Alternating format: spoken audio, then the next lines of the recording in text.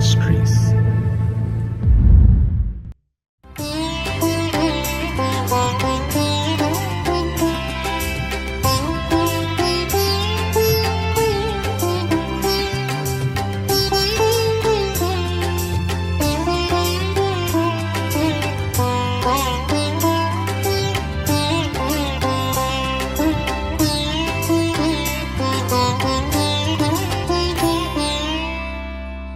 கர்த்தருடைய பரிசுத்த நாமம் மகிமைப்படுவதாக. கிறிஸ்துவுக்குள் மிகவும் பிரியமானவர்களே, மகிழ்ச்சிகரமான இந்த 3வது மாதத்தின் முதல் நாளிலே காட் கூசிஸ் மினிஸ்ட்ரி சார்பாக தேவனாகிய கர்த்தர் உங்களையும் உங்கள் குடும்பங்களையும் உங்கள் ஊழியங்களையும் ஆசீர்வதிப்பாராக. தேவனாகிய கர்த்தர் இந்த மாதத்திலே உங்கள் முன்பாக சென்று எல்லா தடைகளையும் அகற்றுவார் என்று விசுவாசித்து அதை உறுதிப்படுத்துகிறேன். தேவனுடைய கிருபையும் சமாதானமும் பாதுகாப்பும் தயவும் உங்களோடு இருக்க வாழ்த்துகிறேன். இந்த மாதத்திலே தேவனாகிய கர்த்தர் நமக்கு முன்பாக சென்று சகல தடைகளையும் நீக்கி நாம் ஜெயம் கொள்ளும்படியாக, நாம் கர்த்தருக்குள் மகிழ்ந்திருக்கும்படியாக அவர் நமக்கு உதவி செய்வார். தொடர்ந்து தேவனுடைய நாமத்தை எல்லா சூழ்நிலைகளிலும் துதிக்கவும் ஸ்தோத்தரிக்கவும் உங்களை ஒப்பு கொடுங்கள். அவருடைய இரக்கம் பெரியது. தொடர்ந்து அவர் உங்களை நடத்த உண்மையுள்ளவராயிருக்கிறார். தேவனாகிய கர்த்தர் உங்களையும் உங்கள் குடும்பங்களையும் ஆசீர்வதிப்பாராக. ஆமென்.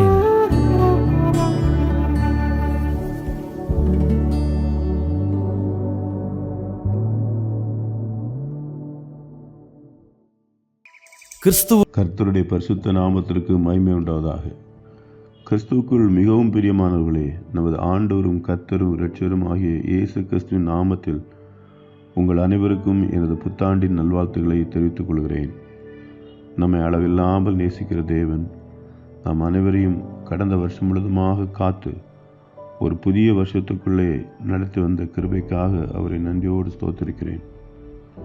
வாக்கு தத்தங்களில் உண்மையுள்ள தேவன்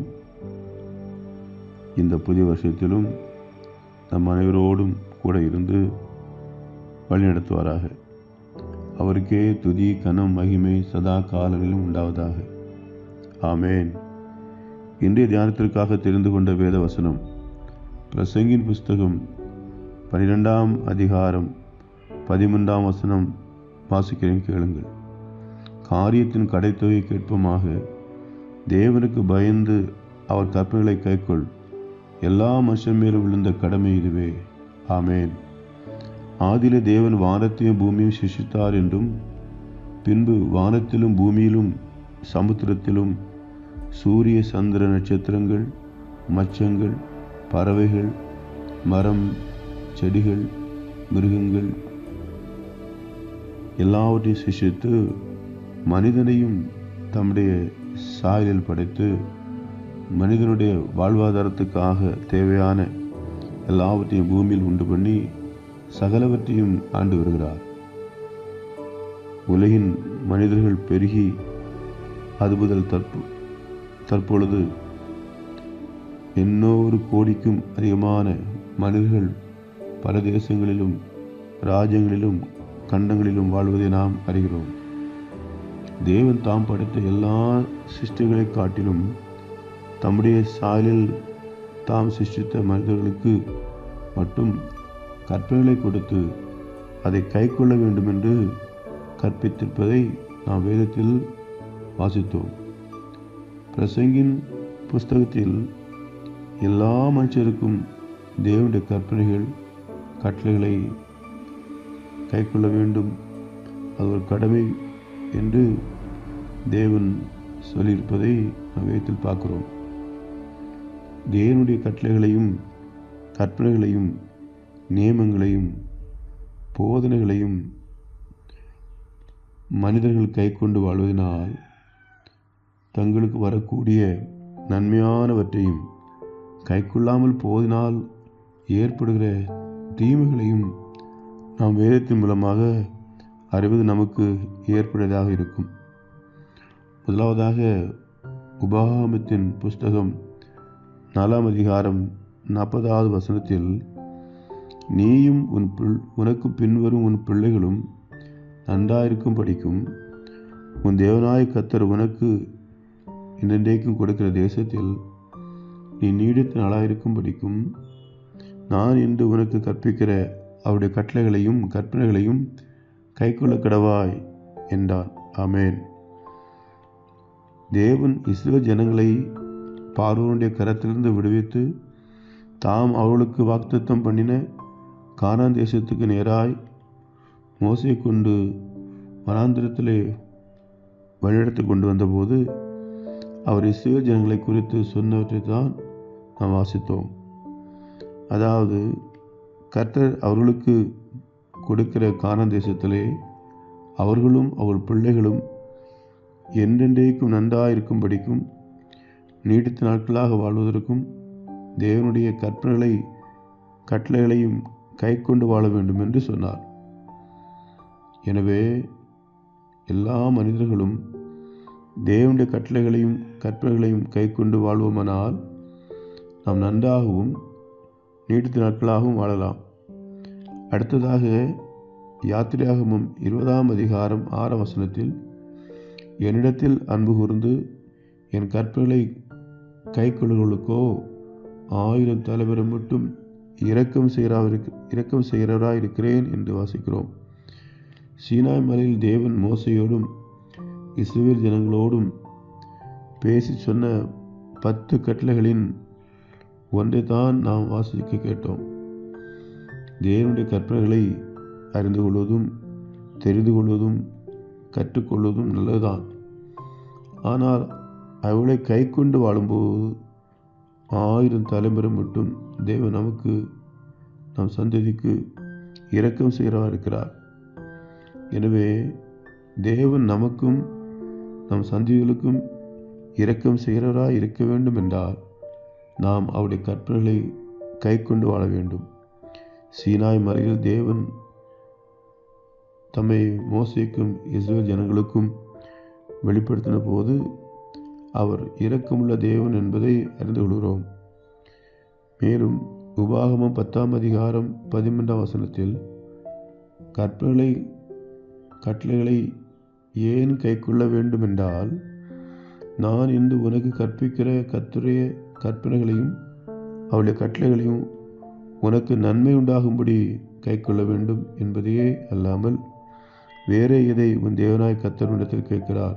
ஆமேன்.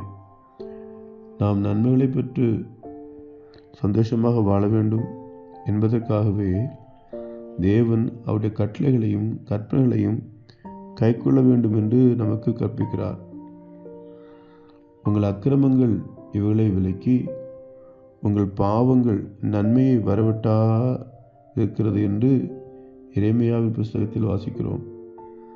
நாம் செய்யும் பாவங்களும் அக்கிரமங்களும் நமக்கு வருகிற நன்மைகளை தடை செய்து கொண்டே இருக்கும்.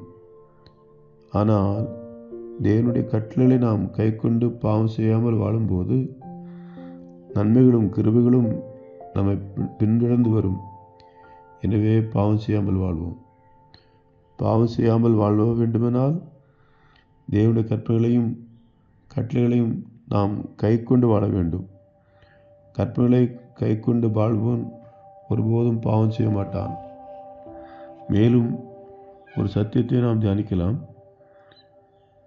லேவியராகமம் 26 அதிகாரம் 3 வசனத்திலிருந்து 5 வசனம் வரை வாசிக்கும்போது நீங்கள் என் கட்டளையின்படி நடந்து என் கற்பனைகளை கை கொண்டு அவைகளின்படி செய்தால் நான் ஏற்ற காலத்தில் உங்களுக்கு மழையை பெய்ய பண்ணுவேன். ஆமேன். பூமி தன் பலனையும் வெளியிலுள்ள மரங்கள் தங்கள் கனியை கொடுக்கும். திராட்சைப்பழம் பறிக்கும் காலம் வரைக்கும் போரடிப்பு காலம் இருக்கும். விதைப்பு காலம் வரைக்கும் திராட்சைப்பழம் பறிக்கும் காலம் இருக்கும். நீங்கள் உங்கள் அப்பத்தை திருப்தியாக சாப்பிட்டு உங்கள் தேசத்தில் சுகமாக குடியிருப்பீர்கள். மேலும் அதே அதிகாரத்தில் கற்பனை கை கொண்டு வாழும்போது தேசத்தில் சமாதானம் கட்டளையிடுவேன் என்றும் நான் உங்கள் மேல் கண்ணோக்கமாக இருந்து பலுகவும் பெருகவும் பண்ணி உங்கள் நடுவில் உலாவி உங்கள் தினாக இருப்பேன் என்றும் எழுதியிருப்பதை நாம் வாசித்து அறிய முடியும். மேலும் மத்தேயு 19ஆம் அதிகாரம் 16ஆம் வசனத்தில் வாலிபன் ஒருவன் இயேசுவிடத்தில் வந்து அவரை நோக்கி, நல்ல போதகரே, நித்திய ஜீவனை அடைவதற்கு நான் எந்த நன்மையை செய்ய வேண்டும் என்று கேட்டான். அதற்கு அவர், நீ என்னை நல்லவன் என்று சொல்வானேன்? தேவன் ஒருவர் தவிர நல்லவன் ஒருவனும் இல்லையே. நீ ஜீவனில் பிரவேசிக்க விரும்பினால் கற்பனைகளை கைக்கொள் என்றார். அவன் அவரை நோக்கி, எவைகளை என்று கேட்டான். அதற்கு இயேசு, கொலை செய்யாதிருப்பாயாக, விபச்சாரம் செய்யாதிருப்பாயாக, களவு செய்யாதிருப்பாயாக, பொய் சாட்சி சொல்லாதிருப்பாயாக, உன் தகப்பனையும் தாயையும் கனம் பண்ணுவாயாக, உன்னிடத்தில் நீ அன்பு கூறுவது போல பிறரிடத்திலும் அன்பு கூறுவாயாக என்பவளையே என்றார். அந்த வாலிபன் இயேசுவை நோக்கி, இவைகளெல்லாம் என் சிறு வயது முதல் கை கொண்டிருக்கிறேன் என்றார். நாம் வாசித்து தெரிந்து கொண்ட இந்த வசனங்கள் மூலமாய் கற்பனைகளை கை கொண்டால் மட்டுமே பரலோக ராஜ்யத்தில் நாம் பிரவேசித்து நித்திய ஜீவனை அடைய முடியும் என்பது மிகவும் தெளிவாக இருக்கிறது. மேலும் யோவான் எழுதின சுவிசேஷம் 15ஆம் அதிகாரத்தில் இயேசு தம்மை பின்பற்றின சீசர்களுக்கு போதிக்கும்போது, நான் என் பிதாவின் கற்பனைகளை கை கொண்டு அவருடைய அன்பிலே நிலைத்திருக்கிறது போல நீங்களும் என் கற்பனைகளை கை கொண்டிருந்தால் என்னுடைய அன்பிலே நிலைத்திருப்பீர்கள் என்று இயேசு சீசர்களுக்கு சொன்னது போல நாமும் தேவனுடைய கற்பனைகளையும் கட்டளைகளையும் கை கொண்டால் மட்டுமே தேவனுடைய அன்பிலே நிலைநிற்க முடியும். தேவனுடைய குமாரனே தேவனுடைய கற்பனைகளை கை கொண்டு அவருடைய அன்பிலே நிலைத்திருக்கும் போது நாம் எம்மாத்திரம்? எனவே கற்பனைகளை கை கொண்டு தேவனிலும் அவருடைய குமாரன் ஆகிய நமது இரட்சகர் இயேசு கிறிஸ்துவின் அன்பிலும் நிலைத்திருப்போம். மேலும் 1 யோவான் 2ஆம் அதிகாரம் 5ஆம் வசனத்தில் அவருடைய வசனத்தை கை கொள்ளுகிடத்தில் தேவ அன்பு மெய்யாக பூரணப்பட்டிருக்கும், நாம் அவருக்குள் இருக்கிறோம் என்பதை அதனாலே அறிந்திருக்கிறோம் என்று எழுதப்பட்டிருக்கிறது. தேவனுடைய அன்பு நம் வாழ்வில் பூர்ணப்பட்டிருக்க வேண்டுமானால் நாம் அவருக்குள் இருக்கிறோம் என்பதை உறுதி செய்ய வேண்டுமானால் நாம் அவர் கற்பனைகளை கை கொள்வதில் உறுதியாக இருக்க வேண்டும். எனவே கற்பனைகளை கை கொண்டு ஜீவிப்போம். கடைசியாக வெளிப்படுத்தல் 3ஆம் அதிகாரத்தில் 7ஆம் வசனத்திலிருந்து வாசிக்கும் போது, பிலதெல்பியா சபையின் தூதனுக்கு நீ எழுத வேண்டியது என்னவென்றால், பரிசுத்தமுள்ளவரும் சத்தியமுள்ளவரும் தாவீதின் திறவுகோலை உடையவரும் ஒருவரும் பூட்டக்கூடாதபடி திறக்கிறவரும் ஒருவரும் திறக்கக்கூடாதபடி பூட்டுகிறவருமாக இருக்கிறவர் சொல்கிறதாவது, உன் கிரியைகளை அறிந்திருக்கிறேன். உனக்கு கொஞ்சம் பரம்பிருந்தும் நீ என் நாமத்தை மறுதலியாமல் என் வசனத்தை கை கொண்டபடியினால் இதோ திறந்த வாசலை உனக்கு முன்பாக வைத்திருக்கிறேன், அதை ஒருவரும் பூட்டமாட்டான் என்று எழுதப்பட்டிருக்கிறது. ஆமேன். பிலதெல்பியா சபை கொண்டிருந்த கொஞ்ச பலத்திலும் வசனத்தை மறுதலியாமல் வசனத்தை கை கொண்டு வாழ்ந்ததை நாம் வாசித்தோம். தேவன் நமக்கும் திறந்த வாசலை நம் ஜீவத்தில் கட்டளிட வசனத்தை கேட்பது மட்டுமல்ல, அதை கை கொண்டு வாழ்வோம். ஜெபிப்போம். எங்களை நேசிக்கிற நல்ல பிதாவே, நன்றியோடு நாங்கள் உம்மை ஸ்தோத்திரிக்கிறோம். இன்றைய வசன தியான பகுதிக்காக உமக்கு மகிமை செலுத்துகிறோம். தேவனுக்கு பயந்து அவருடைய கற்பனைகளை கைக்குள் எல்லா மனுஷன் மேலும் விழுந்த கடமை இதுவே என்ற வசனத்தை ஆதாரம் வைத்து கற்பனைகளை கைக்கொள்வதனால் வருகிற நன்மைகள், மேன்மைகள், உயிர்களை பற்றி வேதங்களை வாசித்து அறிய செய்த கிருபைக்காக உமக்கு ஸ்தோத்திரம். நாங்கள் கற்பனைகளை கை கொண்டு வாழ்ந்து மேன்மையான இவைகளை சொந்தரிக்க கிருபை செய்வீராக. தொடர்ந்து இந்த புதிய வருஷத்திலும் கத்தைகளோடு கூட இருந்து நாங்கள் கத்தாவே கட்டளைகளை கற்பனைகளை ஆண்டவரே எல்லாவற்றையும் நாங்கள் கை கொண்டு வாழ கத்த கிருபை செய்வீராக. துதி கன மகிமையெல்லாம் நாங்கள் உமக்கு செலுத்துகிறோம். இயேசு கிறிஸ்துவின் நாமத்தில் ஜெபிக்கிறோம் எங்கள் நல்ல பிதாவே. ஆமேன், ஆமேன், ஆமேன்.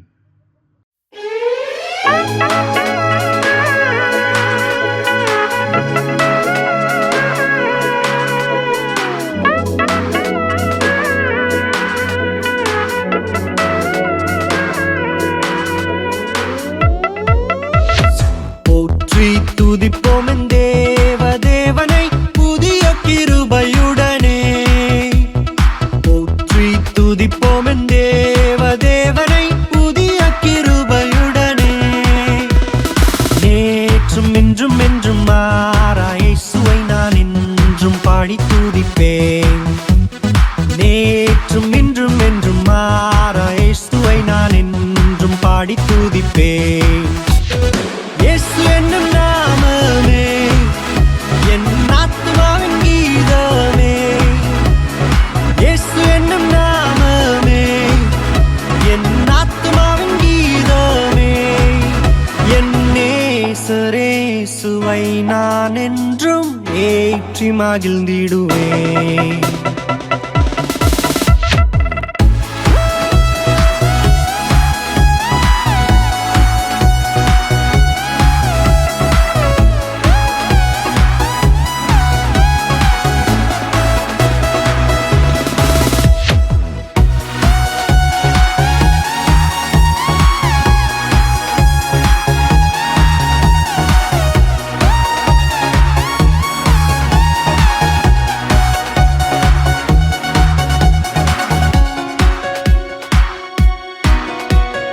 கடந்திட்ட நாட்களில் அவர் கரங்கள் கனிவுடன் நம்மை அரவணைத்தே. கடந்திட்ட நாட்களில் அவர் கரங்கள் கனிவுடன் நம்மை அரவணைத்தே. நம் கால்களை கண்மலையின் மேல், நம் கால்களை கண்மலையின் மேல் நிறுத்திய நீதம் நம்மை வழி நடத்தும். இயேசு என்னும் நாமமே என் ஆத்துமாவின் கீதமே. இயேசு என்னும் நாமமே என் ஆத்துமாவின் கீதமே. என் நேசரேசுவை நான் என்றும் ஏற்றி மகிழ்ந்திடுவேன்.